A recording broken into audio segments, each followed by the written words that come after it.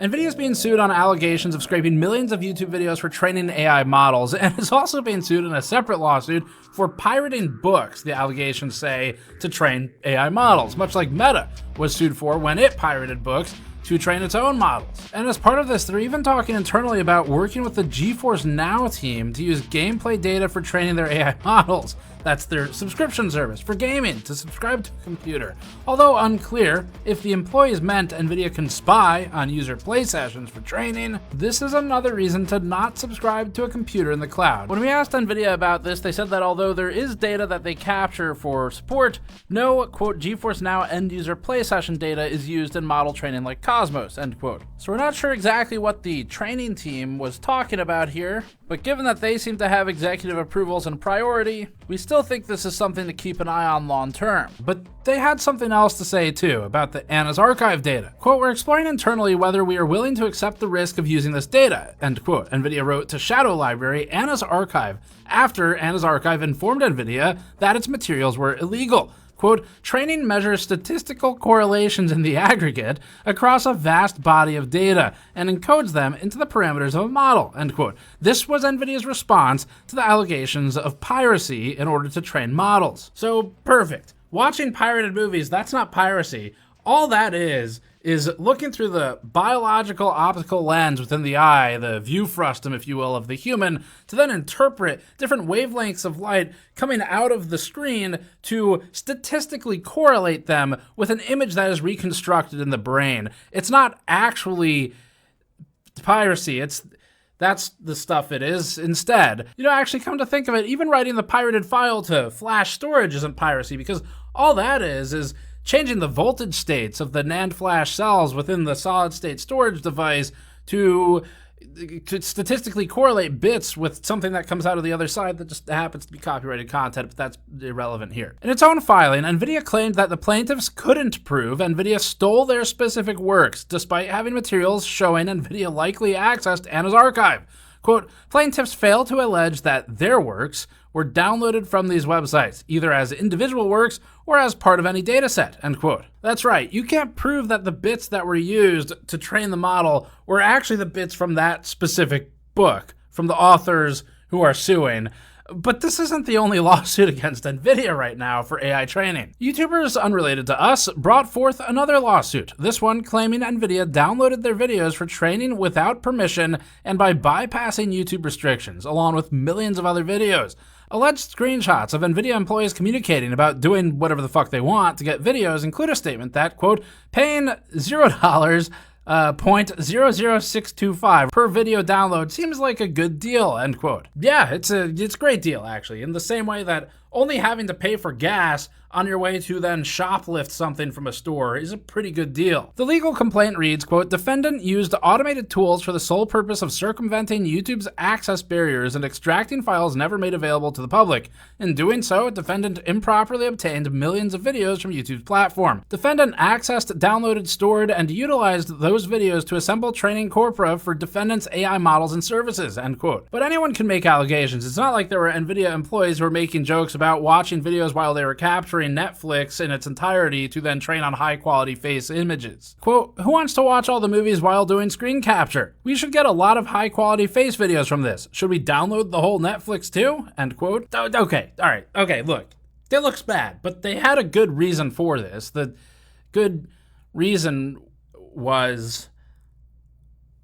And who doesn't love easy money? Okay, all right, you got them there. But Ming-Yu is probably just some lowly pawn at NVIDIA. It's not like he's the vice president of research or something. Ming-Yu is vice president of research at NVIDIA.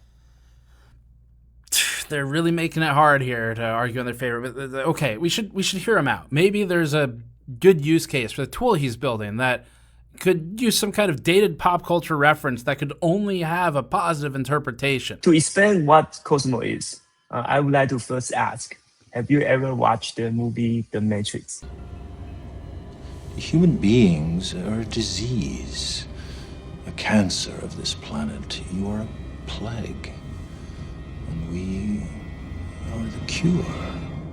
We brought you this video with our own store at store.gamersnexus.net. GNCA doesn't have any third-party ad placements burdened into the videos right now, meaning that it's entirely supported by our viewers and AdSense. We just listed our memory shirts on the GN store, which features ghost RAM sticks on the front because, let's face it, this is the cheapest memory available. The back even has a DRAM cell represented with the state of the cell, giving a really cool diagram representing how RAM works if anyone could buy it. These are available in a highly breathable tri-blend and a comfortable 100% cotton. We also have our new light gray soldering and project mats on the store. We added these a few months ago, and they've already been popular additions alongside our blue, green, red, and yellow project and soldering mats on the GN store. These are extremely heat resistant and great for soldering work, model building, or anything else where it helped to have a silicone surface with tool storage molded into it. We fully custom designed these, and they've been one of our top sellers for years now. Head over to store.gamersnexus.net to support our reporting directly while also getting something useful in return. So there are two active lawsuits right now. We're going to mostly focus on the video training lawsuit where YouTube's involved rather than the allegations of stealing books lawsuit for training there, mostly because the books one with Anna's Archive has a lot of parallels to the meta story that we already covered. So if you want to see that side of it, you should watch our meta content also on this channel. So the video theft class action is being brought forth by YouTubers we don't know a ton about, including TED Entertainment, which is the media company that owns H3H3 Productions, Golfholics, and Mr. Short Game. The latter of two are oddly golf-focused YouTube channels. We guess they don't see what NVIDIA is doing as the fair way. It's a golf joke. I had to look it up. I don't know anything about golf. Quote, plaintiffs bring this class action on behalf of themselves and of a nationwide class of YouTube creators whose works were scraped, ingested, and trained on without authorization, end quote. At the heart of the lawsuit, the plaintiffs wrote, quote, this lawsuit arises from defendant, that's NVIDIA, unlawfully circumventing technological measures to access and scrape millions of copyrighted videos from the online viewing platform, YouTube, in order to feed, train, improve, and commercialize defendants' large-scale generative artificial intelligence, aka AI, foundational model named Cosmos. In case you're not familiar with Cosmos, this is how NVIDIA describes it. NVIDIA Cosmos is a world foundation model development platform to advance physical AI. It includes auto-regressive world foundation models, diffusion-based world foundation models, advanced tokenizers, and an NVIDIA CUDA, an AI-accelerated data pipeline. Cosmos models ingest text, image, or video prompts and generate virtual world states as videos. Cosmos generations prioritize the unique requirements of AV and robotics use cases, like real-world environments, lighting, and object permanence. It starts with NVIDIA Cosmos, an open, frontier world foundation model for physical AI. Pre-trained on internet-scale video.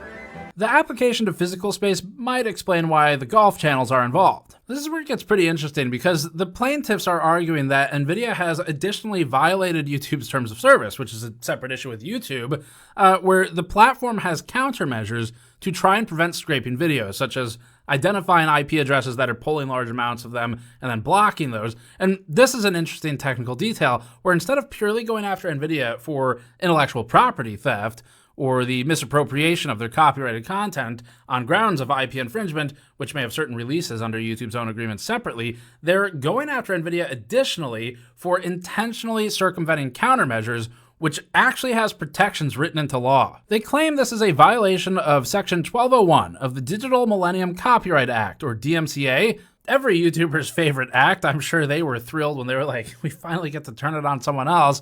And that section reads this, quote, no person shall circumvent a technological measure that effectively controls access to a work protected under this title, end quote, and defines circumvention as, quote, to descramble a scrambled work, to decrypt an encrypted work, or otherwise to avoid, bypass, remove, deactivate, or impair a technological measure without the authority of the copyright owner, end quote. I'm gonna just draw attention to the start of this where it says no person, because NVIDIA, if I were you, that's my argument. It wasn't a person who did it.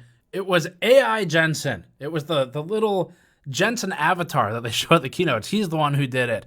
This is the key though. YouTube is not the copyright owner. And so it doesn't matter even if YouTube did grant authorization, which as far as we know they did not, but even if we just say they did, they're not the copyright owner of this content. The content creators are. And so this shifts the responsibility of granting IP release to the creators, not to YouTube. And that's our interpretation of why they chose this route to pursue for this particular lawsuit. It bypasses YouTube's willingness or unwillingness, whatever that may be, in participating, and instead focuses on the fact that they do have countermeasures that NVIDIA has allegedly circumvented here, where feasibly they would have had to bypass them to download the millions of copyrighted videos. And actually there's some evidence of that later in this. The only thing here that there's not evidence of is whether NVIDIA had any kind of permission from YouTube, but under Section 1201, it wouldn't matter because that's not what would help here. So this is the key. NVIDIA is a tech company though, and it shows. Quote, defendant used a video downloading program combined with virtual machines that rotated IP addresses to avoid detection and blocking, enabling the mass extraction of, at times, 80 years of video content per day, end quote. 80 years of content per day means thousands of years of content per year. It's hundreds of lifetimes of video content per year, effectively cataloging the human record as it exists as video as we know it.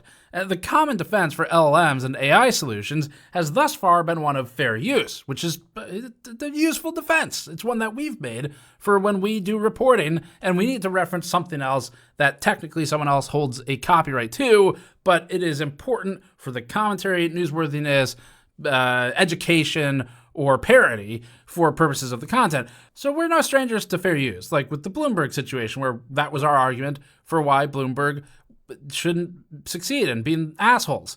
But fair use is a defense, though, that you apply in court.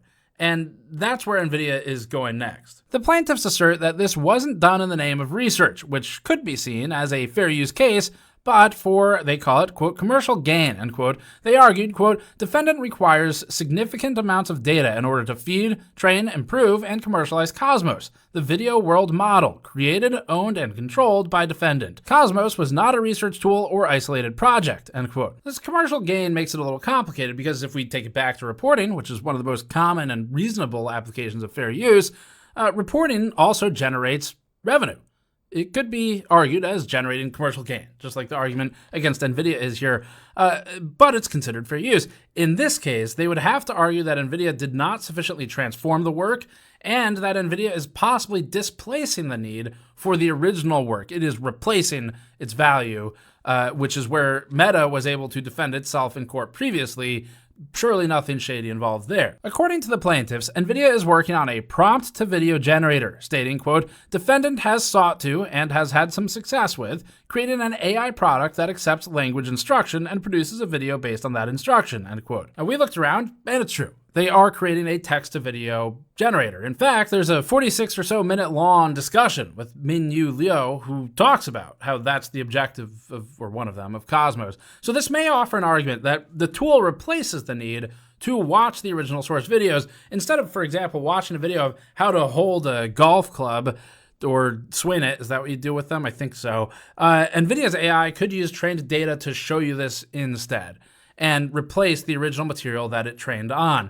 This, in theory, could take ad revenue away from the original creators of that content, from the channels that NVIDIA is alleged to have taken from. The plaintiffs also argue that many YouTubers choose YouTube partially because of the download protections that the platform offers, stating, quote, content creators, including plaintiffs and class members, expect that their works will not be copied at scale without consent.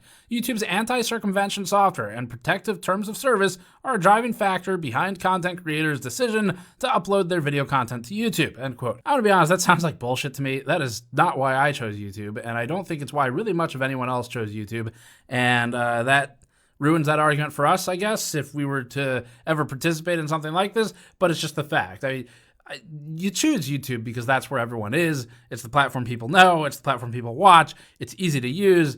There's a reason it's basically a monopoly in this space. You don't choose it because you're like, let me just read the terms of service of all the different options out there, all three of them, if we include Dailymotion, I guess, and whatever scraps are left of Vimeo or something. No one's doing that, but okay, sure. So that's their argument. They say that's the reason they picked YouTube, and we don't agree with it, but sure, let's just go with that. Quote, rather than seek permission or pay a fair price for the audiovisual content hosted on YouTube, defendant harvested content creators protected and copyrighted videos for commercial use and at scale without consent or compensation, end quote. They also essentially assert that NVIDIA can't take the AI genie out of the AI bottle, stating, quote, content creators such as plaintiffs and the class members will never be able to claw back the intellectual property unlawfully copied and used by defendant to train its generative AI.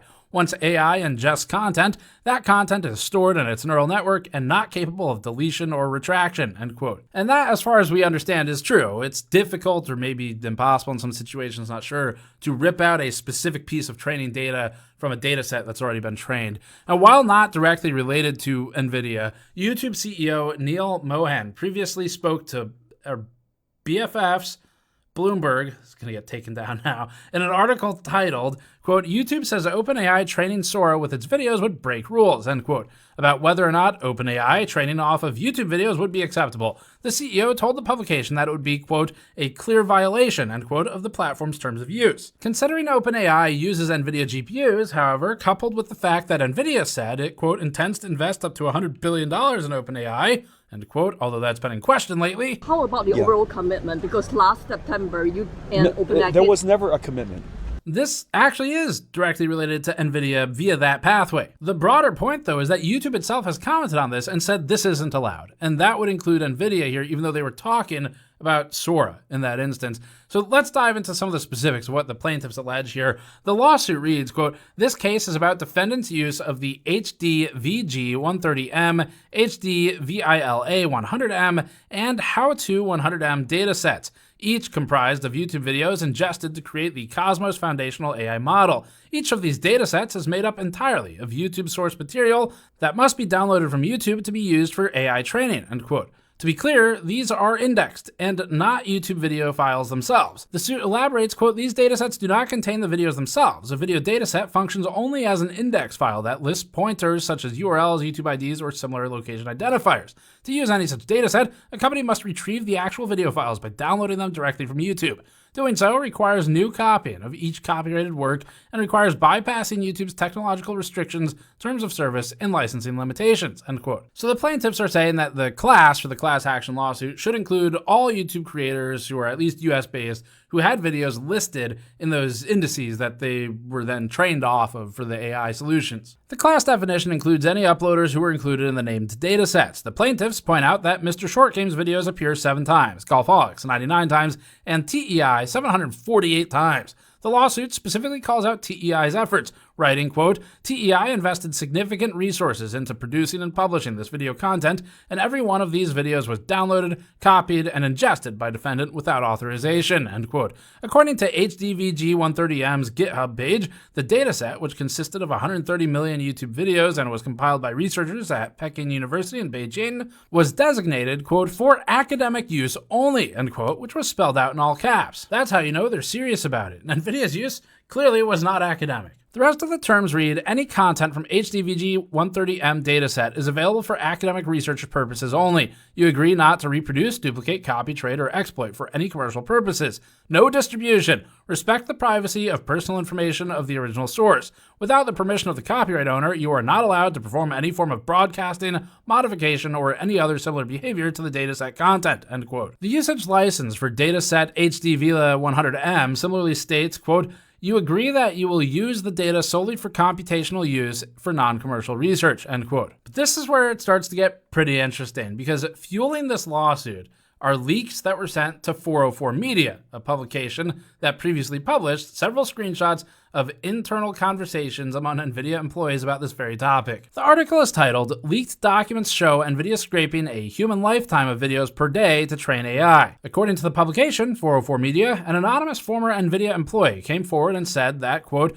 employees were asked to scrape videos from Netflix, YouTube, and other sources to train, end quote. In the article, alleged internal leaks show NVIDIA employees initially questioning the legality around downloading YouTube videos to train off of, a Slack channel internally called Cosmos Dataset Creation, which is described as a, quote, channel to generate huge curated video dataset for video generative modeling, end quote. NVIDIA principal researcher Francesco Ferroni was screenshotted asking questions such as, quote, you mentioned you have YouTube 8M on PBSS. Could you add it to the spreadsheet? Smiley face. We probably cannot use it for non-research purposes, question mark, end quote. It's not Not a question, but okay. Someone else in the thread, whose name is redacted, responded and acknowledged that, quote, downloading YouTube videos is prohibited by YouTube's terms of service, end quote. Frony then followed up to ask, quote, okay, and presumably this data can only be used for research purposes, question mark. We really got to work on what a question is for this guy. But anyway, he also continues, quote, can you also comment on the usage terms for ACAV100M and YouTube 8M? End quote. That's while discussing the below 1 cent cost per video download, which, considering NVIDIA was recently worth $5 trillion, just seems kind of stingy. NVIDIA, I think you can afford it. According to 404 Media, on the topic of downloading copyrighted videos to train AI off of, one NVIDIA employee reportedly said, quote, whether using copyrighted material for training is fair use is currently an open legal issue. Most companies seem to assume that it is, end quote. This goes back to the legal precedent we reported on when a judge sided with Meta versus book authors on procedural grounds, despite the company training on millions of copyrighted books without authorization. Back during the Meta lawsuit, employees talked about how they had authorization all the way from Zuckerberg, who just wanted to get something done quickly, showing CEO-level decision-making. And actually, we see that with the NVIDIA situation here too. An undisclosed NVIDIA employee wrote, quote, are we using YouTube 8M to download videos? If yes, do we have legal approval for the same? End quote. To which Minyu Liu, the vice president of research at NVIDIA, replied, quote, this is an executive decision. We have an umbrella approval for all of the data. We're here today not just to talk about the future of this company. We're here to talk about its destiny.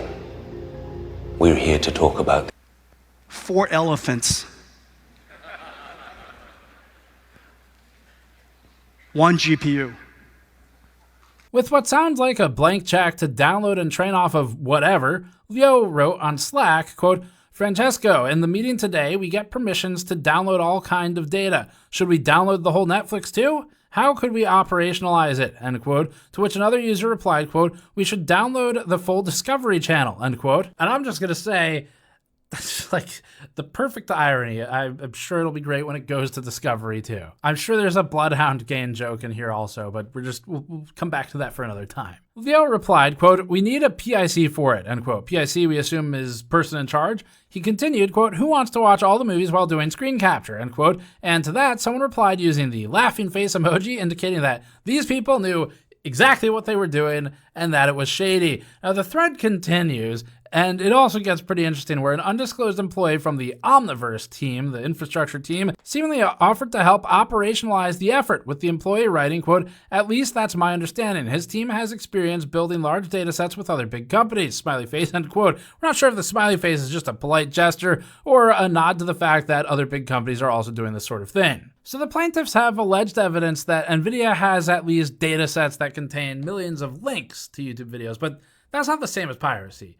It's not the same as downloading them. It's not like there's evidence of NVIDIA actually downloading the, okay, show the evidence. Quote, found a list of files to download with high priority. Turns out there are 2.3 million raw videos missing in the HDVILA dataset we have, exclamation point, end quote. Look at how happy this guy is. According to 404 Media, HDVILA stands for High Resolution Video Language. In his Slack message, Ferroni also wrote, quote, here are the missing YouTube links, end quote, and exclaimed with an exclamation point, let's put this in the downloading pipeline, end quote.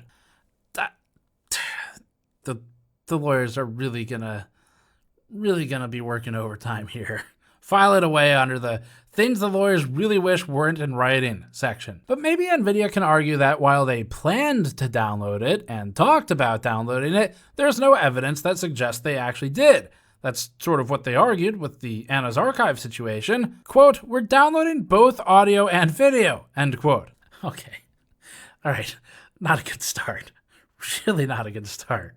And if there's any doubt that that was taken out of context and not reflective of content that's on YouTube specifically, quote, and subtitles, if available, and lots of content metadata provided by YouTube, end quote. NVIDIA really just might as well publish a book at this point called If I Did It, because this is really not looking good. Now, according to 404 Media, NVIDIA downloaded roughly 38.5 million YouTube videos with internal emails showing the breakdown of the types of videos that the company downloaded. Leo reportedly wrote in an email, quote, "We are finalizing the V1 data pipeline and securing the necessary computing resources to build a video data factory that can yield a human lifetime visual experience worth of training data per day," end quote. Now, operationally, trying to download that many YouTube videos is a problem because YouTube doesn't want you doing that. As the legal complaint points out, YouTube, quote, "monitors downloading activity and may block IP addresses that make too many download attempts in a specified period," end quote. So to handle this, according to 404 Media's report, NVIDIA used a YouTube downloader called YTDLP, along with virtual machines that would refresh IP addresses to prevent YouTube from blocking them. On Slack, a screenshot shows an NVIDIA employee writing, quote, "Regarding YouTube blocking IPs, have you considered something like Bright data for IP rotation? We're considering this for scraping LLM data right now. I have an account I can add you to if you want to try it," end quote. That anonymous team member on the Omniverse infrastructure team replied, quote, "We are on AWS and restarting a VM instance gives a new public IP, so that's not a problem so far," end quote. In the alleged Slack thread, Leo also purportedly stated, quote, "Francesco, a while ago I wrote a YouTube data scraper. We used it to download several critical video data sets. Let's download all the best from YouTube," end quote. This statement was met with 3 thumbs up emojis, so we're all on board here. Speaking of the best of YouTube, an anonymous employee wrote, quote, "If you are still open to suggestions about YouTube channels that we could download, here are a couple of channels that might be interesting to consider," end quote. The employee then shared numerous YouTube channels that include 8K Earth, Expedia, MKBHD, and more, while explaining why they would be good to train off of. They seem particularly interested in high-quality video, such as MKBHDs. Now, examining their list, I'm going to say, we're offended. That list is missing an important high-quality YouTube channel that has excellent cinematography, script writing, and tracking. And of course, we are referring to this one.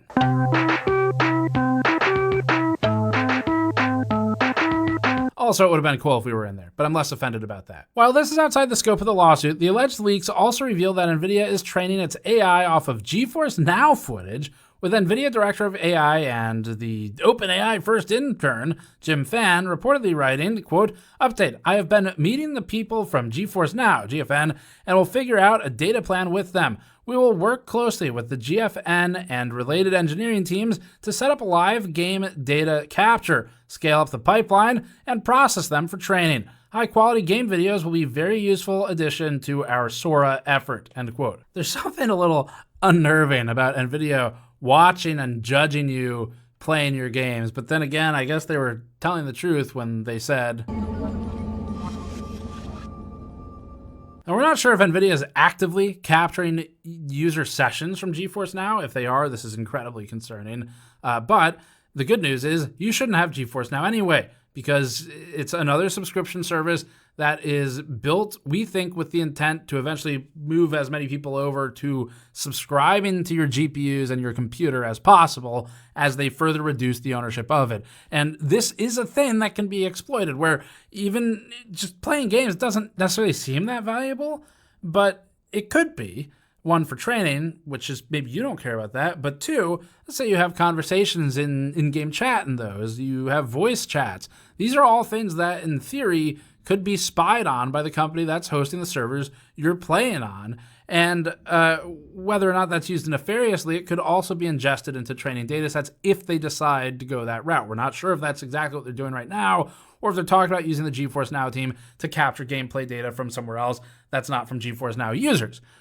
But the point is, they could do that if they wanted to do that, and that's a problem, of course. So, closing out its legal complaint, the plaintiffs demanded a, quote, "trial by jury on all claims for which trial by jury is proper," end quote. Word on the street is if that's not an option, they'll move to their only other option. "I demand a trial by combat." Under the plaintiff's prayer for relief section, they assert that all members of the class action lawsuit are, quote, "entitled to statutory damages, injunctive relief, impoundment, and attorney's fees and costs," end quote. Ultimately, the plaintiffs are asking for a few things. These include, quote, "a declaration that defendant has willfully circumvented the copyright protection systems of YouTube intended to protect plaintiffs and the class members' audiovisual content," end quote, monetary awards that include statutory damages and attorney's fees and costs, and for the defendant to stop infringing on the plaintiff's content along with any, quote, "further relief as the court may deem just and proper," end quote. This takes us to the next topic, which is delving into what NVIDIA might say in response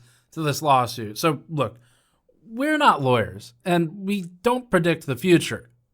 That's Palantir's job. Palantir. But the company seems to have tipped their hand a bit in its response to 404 Media's report. NVIDIA said to 404, quote, "We respect the rights of all content creators and are confident that our models and our research efforts are in full compliance with the letter and the spirit of copyright law," end quote. Which is interesting because we didn't feel like they, what was the quote here?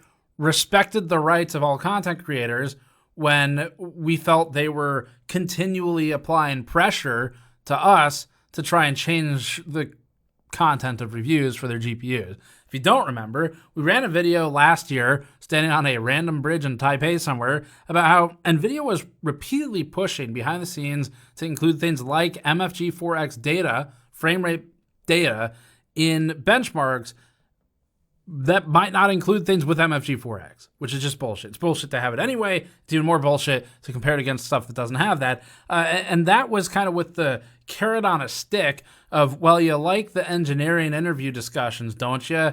And you sure wouldn't want those to go away, would you? That was kind of how we felt about it. And so NVIDIA's response of, "We respect the rights of all content creators," just fuck off with that.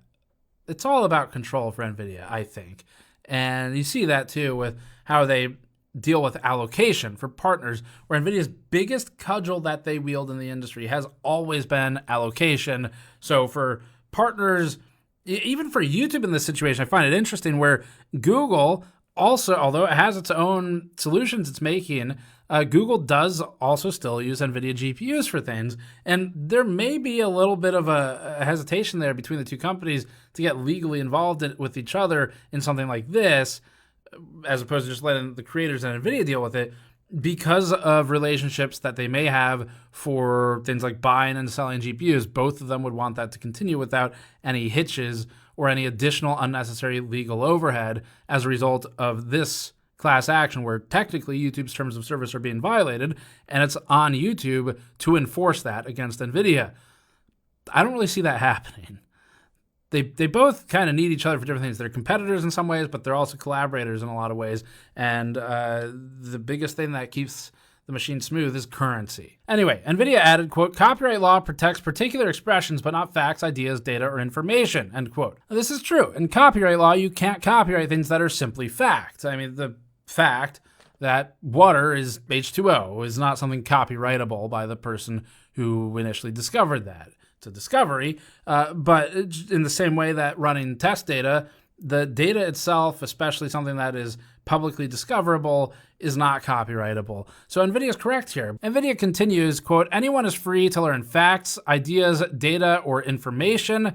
Fair use also protects the ability to use a work for a transformative purpose, such as model training," end quote. The words fair use and transformative also came up a lot during the meta versus book authors case that we covered previously. In Discovery, internal meta messages described training data sets as containing pirated works, with one employee writing, quote, "I don't think we should use pirated material. I really need to draw a line there," end quote. And another stating that, quote, "Using pirated material should be beyond our ethical threshold," end quote. As we said last time, mostly more surprising that Facebook and Meta have one. More than a dozen authors sued for copyright infringement, but the judge dismissed the case, concluding that the plaintiffs had not demonstrated concrete financial harm and described Meta's use of the material as, quote, "transformative," end quote. We think there's a chance that NVIDIA might take a page out of the Meta playbook, seeing as they've probably already downloaded it from Anna's archive anyway.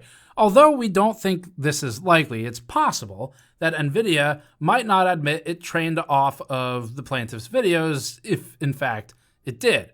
And the reason they might not admit it is mostly because ripping the trained data out of the model is difficult to do. The best thing the plaintiffs could try to do is prove somehow that that data is in there, such as by interacting with, in the example of the Meta case, you can interact with the Meta AI LLM solution and ask it questions to try to get it to extract information from specific books to prove that those specific books were pirated. But short of some way to prove that that specific data is used in the model, the best thing they're going to be able to do is try and go through Discovery and drag NVIDIA through it and find internal conversations that can reinforce what was used in it specifically. And that's probably the route that they're going to be going, in our opinions.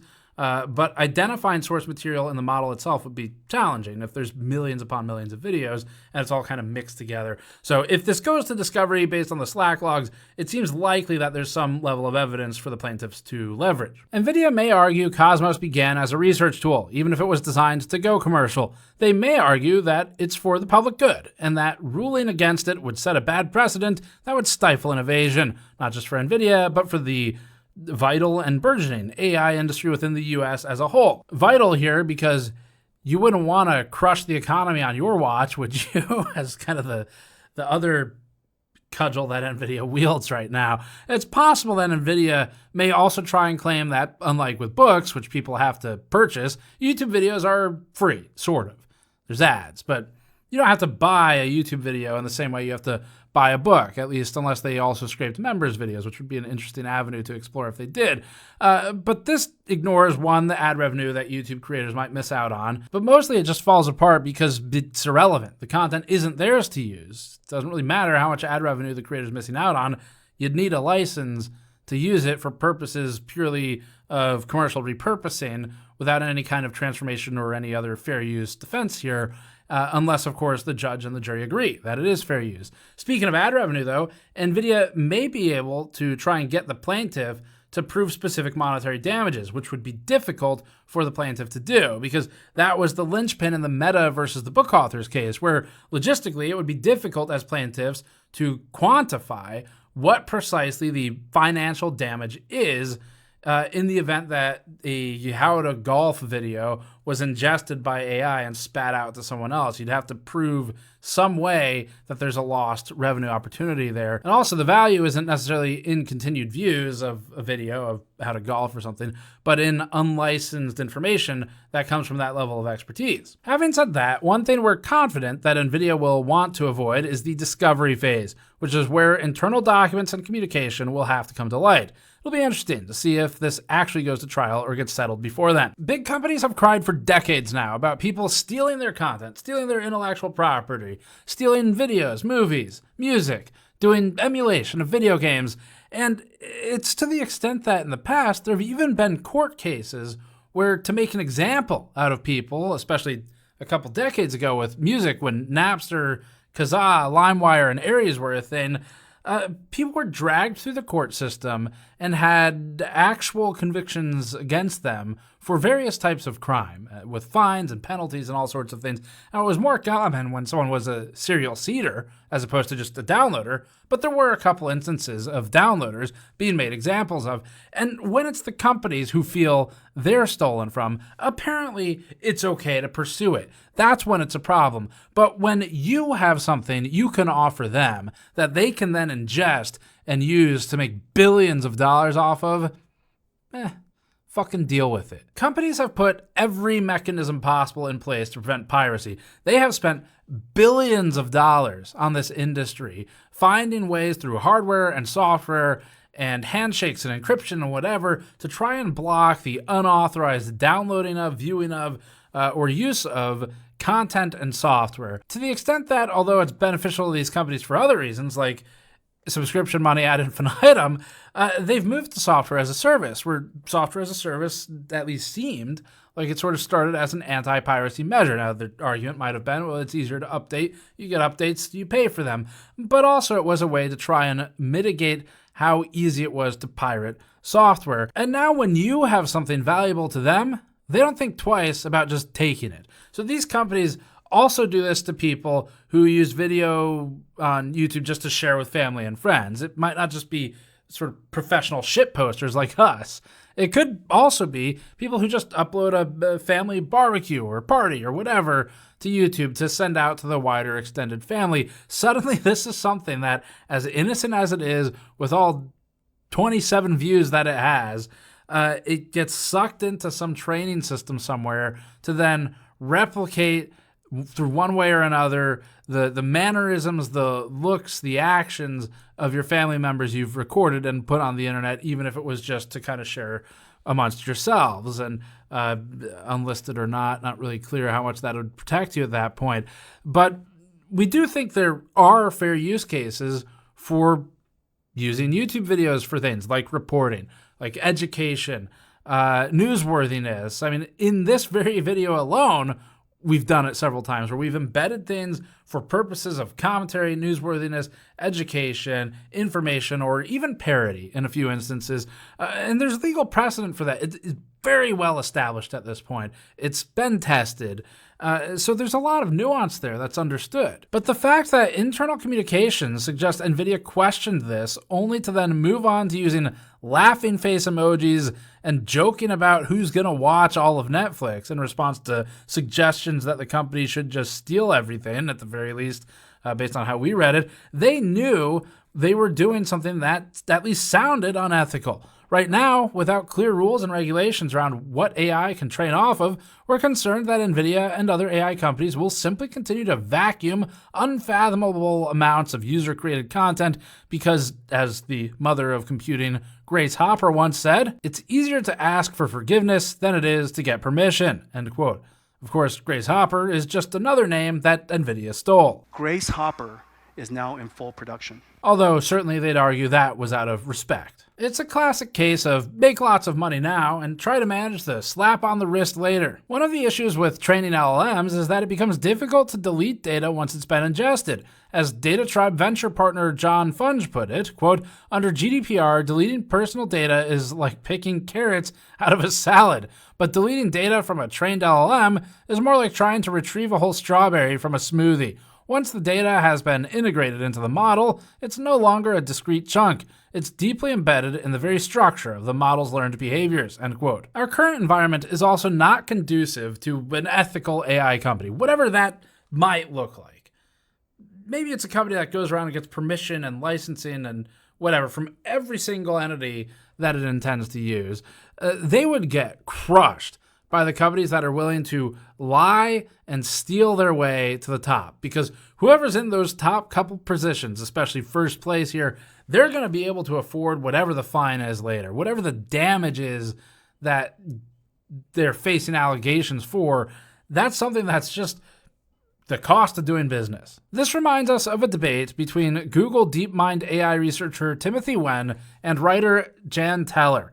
Wen admitted that AI has scraped a lot of content from the internet, which poses a lot of copyright issues. Spinning the situation, however, he said, "But that's also democratized knowledge. So there are ways in which it's been good and bad. Now we have this very intelligent system that has all this knowledge from books, but yet, maybe, obviously there are many authors that aren't going to be too happy, right? So there are always going to be kind of winners and losers." Teller aptly retorted that there were already existing laws put in place that protected content creators, but that this new technology moved faster than lawmakers could keep up with. Speaking on the topic of democratizing knowledge, she stated, "And maybe one can say, okay, that's a different new form of sharing of anybody. What you contribute is everybody's own, everybody owns it.